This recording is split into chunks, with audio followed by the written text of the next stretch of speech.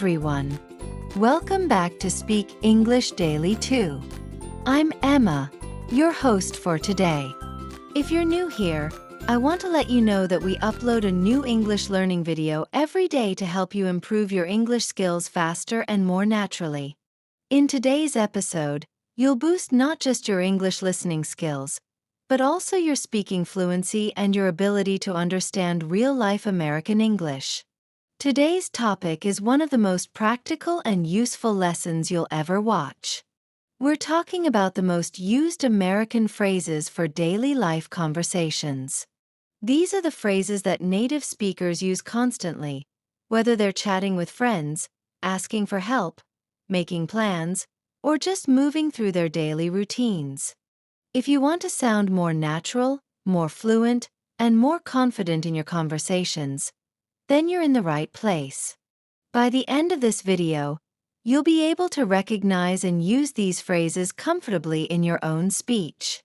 And of course, I'll also give you practical examples and practice exercises to help you apply what you learn.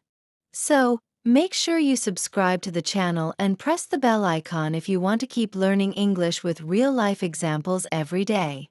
Grab a pen and paper, because it's time to get started. Let's begin by thinking about how conversations flow in real life. Native English speakers often don't use long or complicated sentences in casual speech. Instead, they rely on short, commonly used phrases that carry a lot of meaning in just a few words. For example, a simple phrase like, "What's up?" can replace a longer question like, "How are you doing today?" or "What's going on in your life?"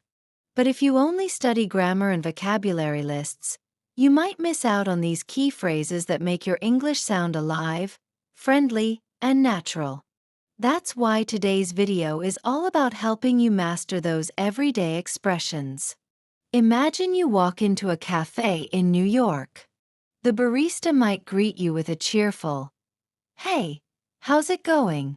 That's a very common American phrase. Now, the literal meaning of, "How's it going?" is similar to, "How are you?" but it sounds much more relaxed and conversational. You could reply, "Not bad, how about you?" Another common phrase that shows you're participating in the social rhythm of American English. These small exchanges are everywhere in daily life, in shops, on public transport, in offices, at the gym, even online. If you can get comfortable with these phrases, your conversations will become smoother and more enjoyable. Let's look at another example. Suppose you're talking to a coworker and they say, "I'm swamped today." If you don't know this phrase, you might be confused, but "I'm swamped" just means I'm really busy. Americans love to use colorful expressions like this to describe how they feel or what they're doing. Another similar phrase is, "I've got a lot on my plate," which also means the person has a lot of work or responsibilities at the moment. These are the types of phrases you'll hear all the time in American English, and learning them will help you connect more easily with native speakers. Now, let's do a short practice exercise to help you absorb these phrases. Imagine you're at work and your colleague asks, "Hey, how's it going?" You respond, "Pretty good, just a little tired." "How about you?" Then they say, "I'm swamped. Got back-to-back meetings today." This is a realistic and common type of exchange that you might experience in an American office. Try repeating the whole dialogue out loud, or better yet, write your own version of the conversation using similar phrases. Practicing in context is the best way to remember new expressions and use them naturally. Another area where American phrases shine is when making plans. Let's say you want to suggest meeting up with a friend. You might say, "Wanna grab lunch?" which is a casual way to ask, "Do you want to go have lunch together?" Notice how wanna is used instead of want to. This kind of contraction is very common in spoken American English. Your friend might respond, "Sure, sounds good. I'm down for that." Here, I'm down is a phrase that means I agree, or I'd like to do that. These are the kinds of phrases that keep conversations light and friendly. Let's do another short practice. Imagine you're texting a friend. You type, "Hey, wanna catch a movie this weekend?" They reply, "Sounds good. I'm down. Let's do Saturday night." Now it's your turn. Try writing a similar text using these same types of phrases. The more you play with these structures, the easier it will be to use them when you speak. Daily life is full of small moments where the right phrase makes all the difference. Picture this: you're running late to meet someone and you send them a quick message saying, "Running a bit behind. Be there soon." This is much more natural than saying, "I'm late and will arrive shortly." Or maybe someone asks you for a favor and you respond, "Sure thing," instead of a formal, "Yes, I can do that." These phrases are part of the rhythm of casual American conversation. They don't just communicate meaning, they communicate tone, mood, and friendliness. Here's a mini story to help you practice. Imagine it's a Saturday morning and you're heading out to meet a friend at a local cafe. You text, "Hey, just heading out now. Be there in 10. Your friend replies, "Cool. No rush. I'm chilling here." Once you arrive, you say, "Hey, sorry, I'm a little late." Your friend smiles and says, "No worries. I just got here too." You sit down and say, "Let's grab something to eat. I'm starving." This mini story uses several common phrases: no rush, chilling, no worries, grab something to eat, and I'm starving. All of these are natural and widely used in American English. Now try to rewrite the mini story in your own words, but keep the structure similar. Replace the setting if you like. Maybe you're meeting at a park or a bookstore instead of a cafe. The goal is to practice using real phrases in real situations. Let's continue exploring more commonly used American phrases that you can hear every day in casual conversations. One phrase you'll definitely come across is, "Hang on a sec." This simply means, "Wait a moment." It's often used when someone needs a brief pause to do something before continuing a conversation. For example, if you're on a phone call and someone knocks on your door, you might say, "Hang on a sec. Someone's at the door." This phrase is informal, friendly, and perfect for both in-person and phone conversations. A similar phrase is, "Give me a minute," which can also mean you need a little time. Here's a short practice exercise. Imagine you're at your desk working and your friend calls you. You say, "Hey, hang on a sec.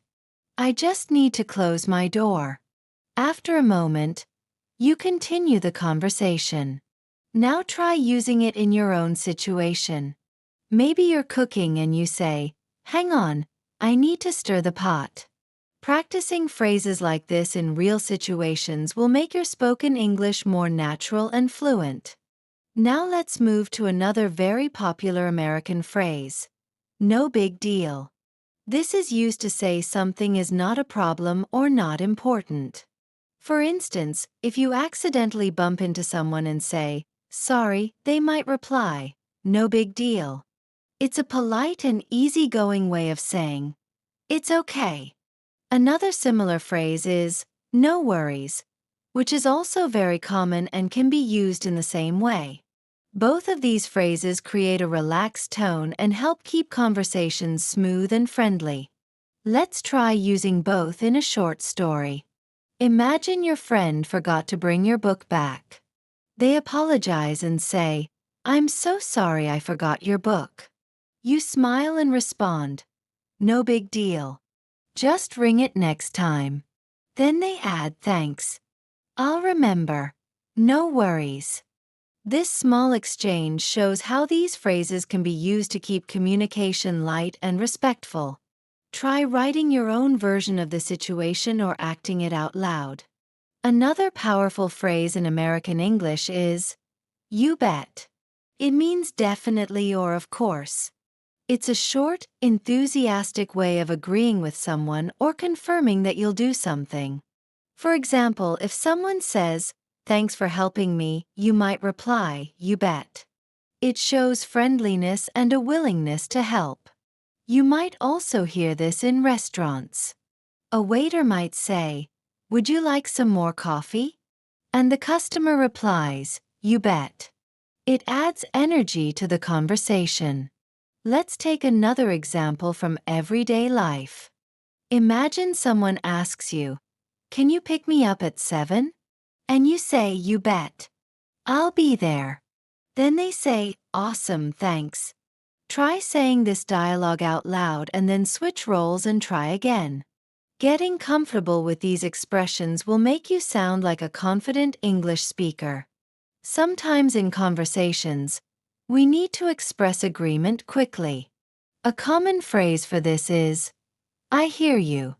This doesn't mean you're just hearing the sound. It means you understand what the person is saying and you relate to it emotionally. For example, if someone says, work has been really stressful lately, you can respond, yeah, I hear you. It's been the same for me.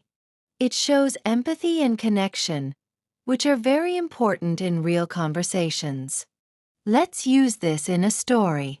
Picture yourself talking with a classmate. They say, I've got 3 tests this week. I'm exhausted. You nod and say, I hear you. I've been up late studying too. Then they respond, glad I'm not the only one. You've just had a meaningful and natural exchange using real American English. Try to think of a situation where you can use, I hear you and say it out loud. Even better, write a small dialogue using it. Another phrase you'll often hear is, it's up to you. This means the decision depends on the other person. It's often used when making choices together. For example, 2 friends are deciding where to eat. One says, should we get burgers or pizza? And the other says, it's up to you. It means they're fine with either option and want the other person to decide. This phrase is short, polite, and helps move the conversation forward without any pressure. Try this practice. You and a friend are planning a movie night. You say, do you want to watch a comedy or an action film? Your friend replies, it's up to you. I'm good with anything. Then you decide, okay, let's go with a comedy. Using phrases like this shows flexibility and consideration in your conversations. Practice saying it in different tones, casual, cheerful, or even serious, depending on the context. Here's another common and very American phrase. I'm good. It can be used in many different ways. Sometimes it means, I'm okay, or I don't need anything. For example, if someone offers you more coffee, you might say, no thanks, I'm good. Or if someone asks, how are you? You can simply reply, I'm good. It's a quick, relaxed response that fits many situations. American speakers love simplicity, and this phrase is a perfect example. Let's take a short practice story. You're visiting a friend's house. They say, want something to drink? You reply, I'm good, thanks. Later they ask, how have you been? And you say, I'm good. Just been busy with work.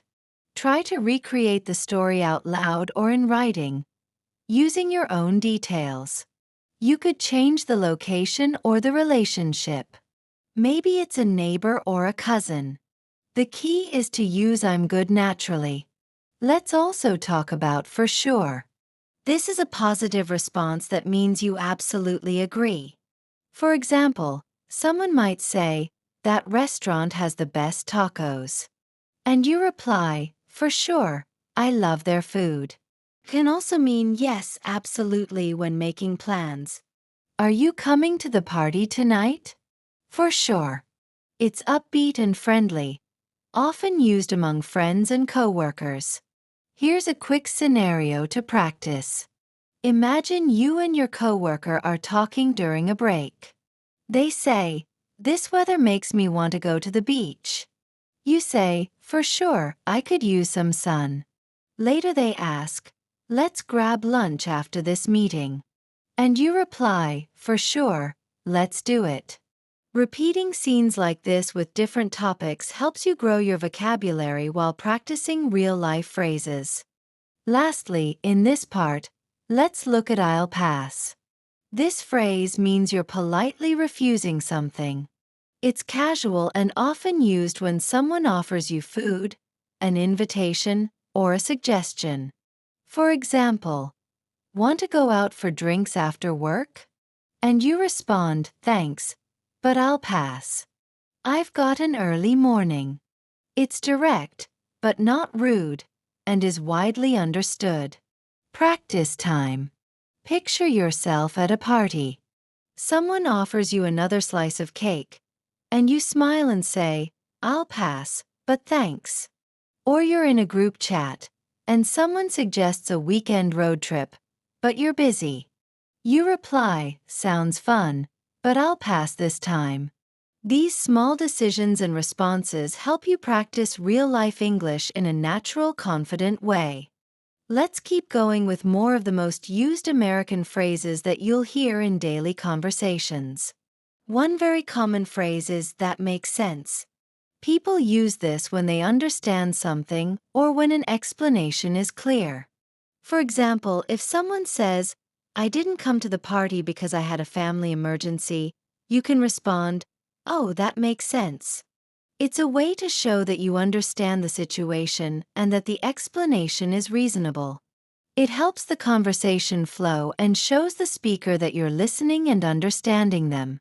Let's try it in a practice dialogue. Imagine you're in a study group. A friend says, "I couldn't do the homework because I was traveling all weekend." You reply, "That makes sense. We can go over it together now if you want." Now, create your own sentence using "that makes sense" based on something that happened in your day. Maybe a class was canceled or a meeting was rescheduled. Use it in that context. Practicing with real examples from your life helps you internalize the phrase. Another phrase that's used a lot is, "I'm in."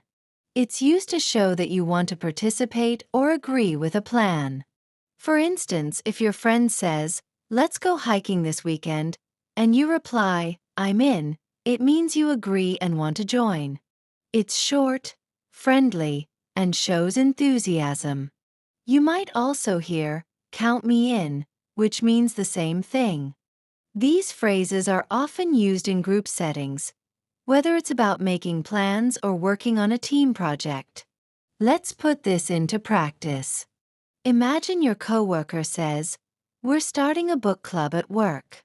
You respond, "Oh, that sounds cool. I'm in." Or your classmate says, "We're doing a group project together, right?"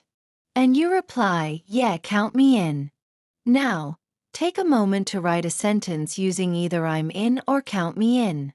Use a real event from your life if possible, like an invitation or group activity. This kind of practice will make your spoken English more fluent and fun. Let's move to another phrase. "I'm just messing with you." This means you're joking or not being serious. Americans often say this after teasing someone in a light-hearted way. For example, if someone says something silly, you might respond, "You really think that?" "Just kidding. I'm just messing with you." It's important to use this phrase with a smile, and in situations where everyone is comfortable, because humor can be tricky in different cultures. Still, this phrase is extremely common in casual American English. Here's a short scene. Your friend shows you a funny shirt and says, "I'm going to wear this to the wedding." You look shocked and say, "Seriously?" Then they laugh and say, "Nah, I'm just messing with you." Try writing or saying a similar conversation aloud using this phrase. Think of a time you or someone else joked around, and then used just messing with you to clarify. Practicing in light, humorous situations will make you more relaxed when speaking English. Next, let's talk about the phrase, "I'm not sure." This phrase is used to show uncertainty. It's polite and honest, and you'll hear it all the time in American speech. If someone asks you a question, and you don't know the answer, saying, "I'm not sure," is a natural way to respond. For example, "Do you know when the meeting starts?" And you reply, "I'm not sure. I think it's at 3, but I'll check." Let's do a practice scenario. You're talking with a friend who asks, "Is the library open late tonight?" And you respond, "I'm not sure. Want me to look it up?" Then they say, "Yeah, that would be great." Try acting this out loud, or think of a time when you didn't know something and responded naturally with, "I'm not sure." You can even combine it with other polite phrases like, "Let me check," or "I'll find out." Now let's move to another extremely common phrase. It depends. This phrase is often used when there's no fixed answer to a question. For example, if someone asks, "Do you like working from home?" You might say, "It depends. I like the flexibility, but I miss seeing my coworkers." This shows that your answer changes based on different factors. It's a very useful phrase in real conversations, because not everything in life has a simple yes or no answer. Let's practice with this in a short dialogue. A friend asks, "Do you want to go out tonight?" You say, "It depends. What time and who else is coming?" Then your friend says, "Just us around 8. You nod and reply, "Okay. I'm probably in." Try using "it depends" in your own example. Maybe someone asks if you like a certain food or movie. How would you respond with that phrase? Here's another helpful expression. Not really. It means no, but in a softer, more polite way. For example, if someone asks, "Do you like spicy food?" and you don't, you can say, "Not really." It sounds less harsh than just saying no. You can use this phrase to gently disagree or express a mild opinion. Try it in a small scene. You're chatting with a classmate. They ask, "Do you go to the gym a lot?" And you reply, "Not really. I prefer walking outside." Or maybe a coworker says, "Did you like that movie?" And you say, "Not really. It was a bit slow for me." Practice using this phrase to express your opinions in a friendly, calm way. Let's look at one more popular American phrase.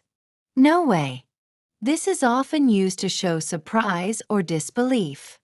For example, if someone tells you, "I just met a celebrity at the airport," you might respond, "No way." It can be used for both good and bad surprises. Just be sure to use the right tone. High and excited for surprise. Or low and doubtful if you don't believe the person. Let's try a fun practice story. Your friend says, "Guess what? I won a free trip to California." You respond, "No way. That's amazing." Then they say, "Yeah, I still can't believe it." Try making up your own situation where someone tells you surprising news and you reply with, "No way." Repeating it in different tones will help you sound more natural and expressive. To wrap up this section, let's quickly review and practice a few of the phrases we covered. Imagine this scene. You and your coworkers are planning an office lunch. Someone asks, "Mexican or Italian?" You say, "It depends. What's everyone in the mood for?"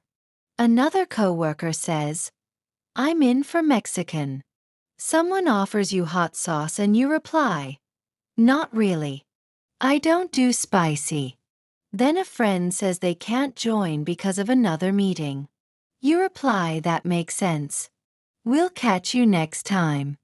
This short story included several key phrases we've practiced, all flowing together naturally. Try writing your own story using "that makes sense." "I'm in," "not really," "it depends," and "no way." Pick a real or imagined situation from your life and try to include as many phrases as you can. This will help reinforce your understanding and build fluency. The more you use these expressions in practice, the more they'll become a natural part of your speech.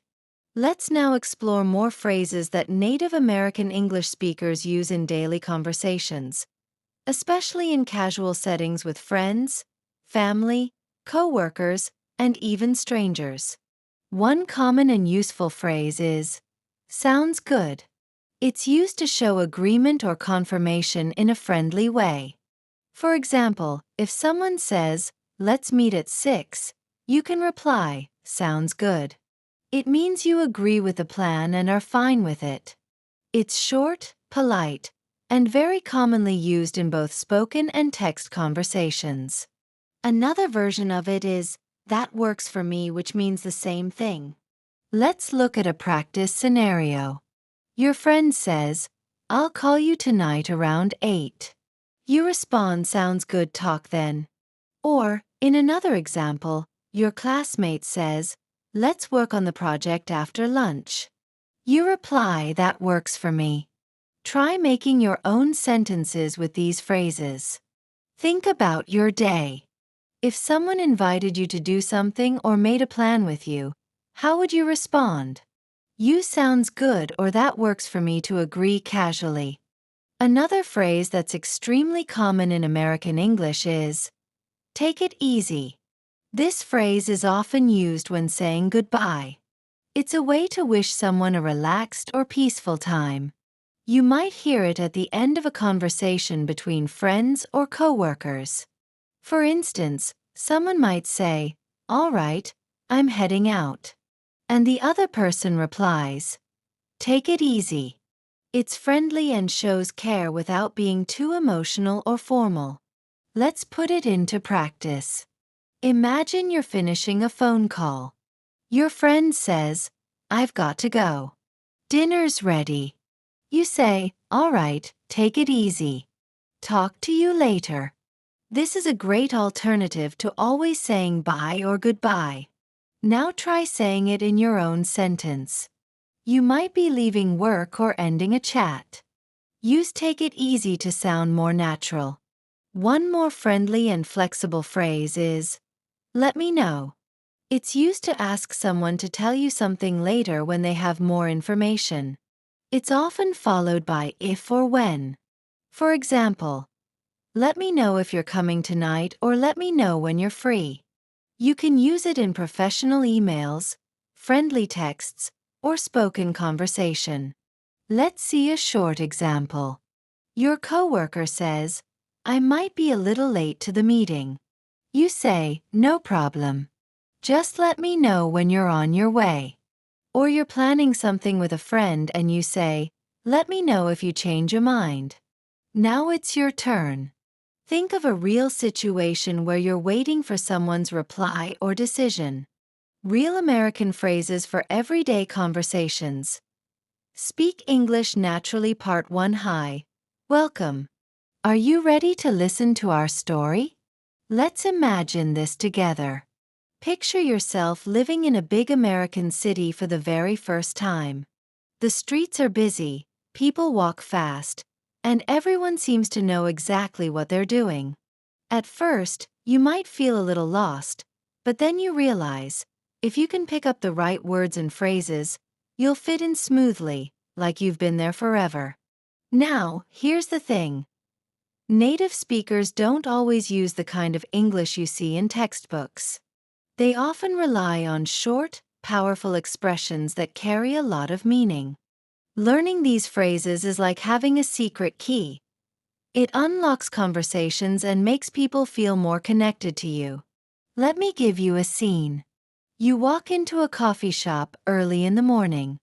The barista greets you with, "Hey, how's it going?" Notice they don't ask, "How are you today?"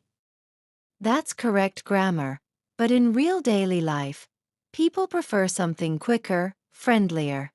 You could reply, pretty good, just a little tired.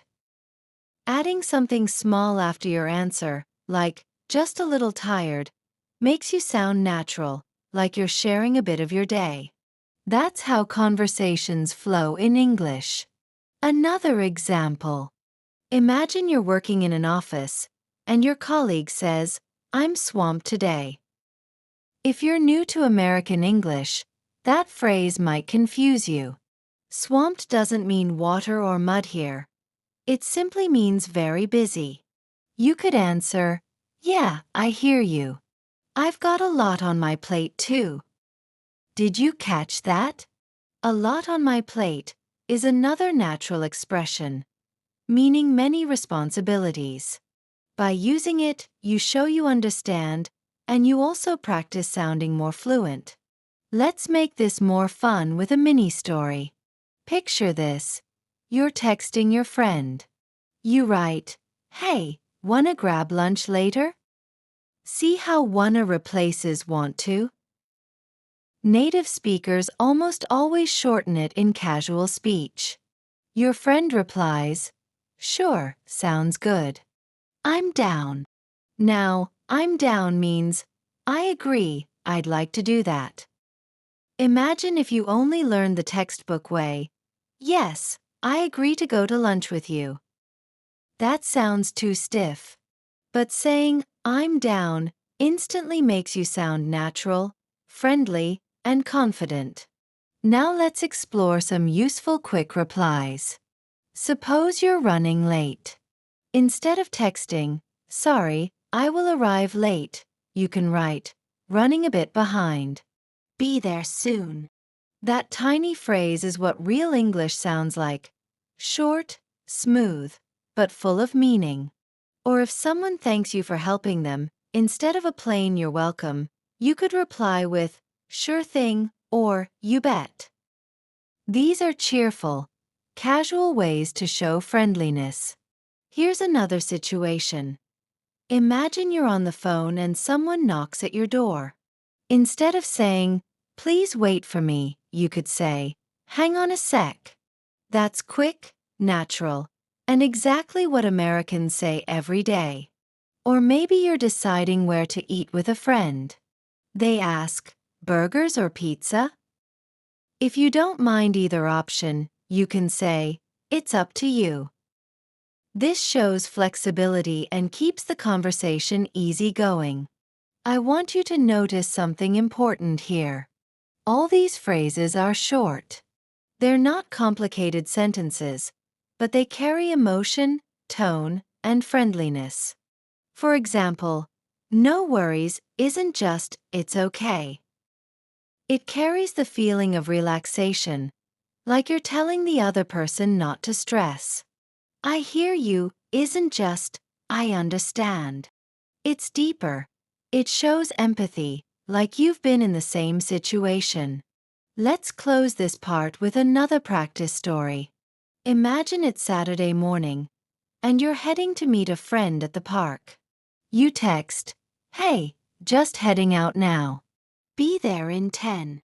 Your friend replies, cool, no rush. I'm chilling here. When you arrive, you smile and say, sorry, I'm a little late. They laugh and answer, no worries. I just got here too. You suggest, let's grab something to eat. I'm starving. In this one short scene, you've already used just heading out, no rush, chilling, no worries, grab something to eat, and I'm starving. Each phrase is casual, natural, and 100% real American English. If you practice stories like this, you won't just memorize words. You'll actually speak English the way people do in Part 2. Imagine yourself at work on a Monday morning. You walk into the office kitchen to grab a cup of coffee, and a coworker looks at you with tired eyes and says, back-to-back meetings today. I'm swamped. Right here is a perfect chance to connect. Instead of just nodding silently, you could reply, I hear you. Mondays can be rough. Notice how that short response makes the conversation warmer, It shows you're listening and you understand. In English, tone and empathy matter just as much as grammar. Now let's picture another situation. You're out with a group of friends, and someone says, "We should go hiking this weekend." You can make your reply more natural by saying, "I'm in," or "count me in." Both phrases show excitement and agreement in a casual way. They're short, but they make you sound like you belong in the conversation. Imagine saying instead, "Yes, I agree to go hiking." Grammatically correct, but it feels distant and too formal. That's why these small, everyday expressions are so powerful. Sometimes, though, you don't want to join in.